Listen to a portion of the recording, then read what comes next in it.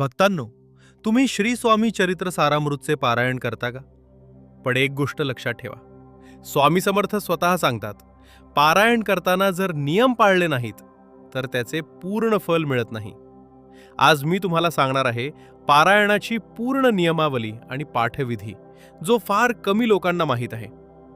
श्री स्वामी समर्थ पूर्ण दत्तावतार, साक्षात परमेश्वर, आजही नित्य वर्तमान आहेत.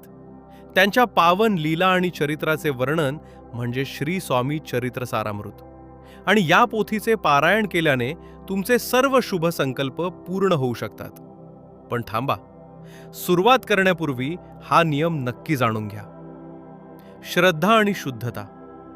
पारायण करताना सर्वात महत्त्वाची गोष्ट म्हणजे श्रद्धा.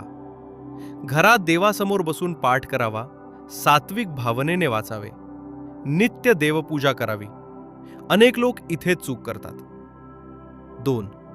स्वामींची पूजा पारायण सुरू करण्यापूर्वी श्री स्वामी समर्थांच्या तसबिरीची किंवा मूर्तीची पूजा करावी. गंध, फूल, उदबत्ती, निरंजन अर्पण करावे. आणि सर्वात महत्त्वाचे, आपण कोणत्या हेतूने पारायण करत आहोत ते मनात सांगावे. जर तुमचा हेतू स्पष्ट नसेल तर पारायणाचे फल अर्धवट राहू शकते. 3. पारायण कसे करावे. ज्यांना वेळ आहे त्यांनी एका दिवसात 21 अध्याय वाचावेत किंवा रोज 7 अध्याय वाचून 3 दिवसात पूर्ण करावे. सकाळची वेळ उत्तम. 8 वाजता प्रारंभ करावा. ही छोटी चूक करू नका.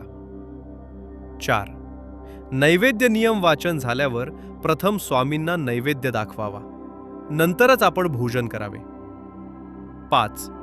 मनाची अवस्था. मन शांत ठेवावे, घरात शांतता राखावी. वाचन घाईत करू नये.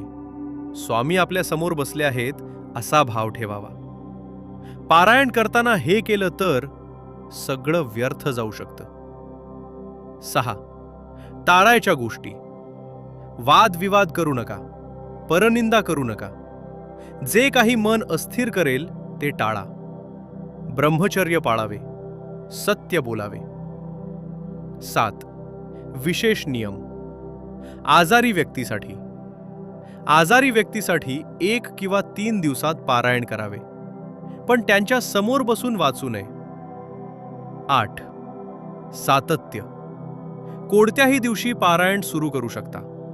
अडथळा आला तरी वाचन सोडू नये. 9.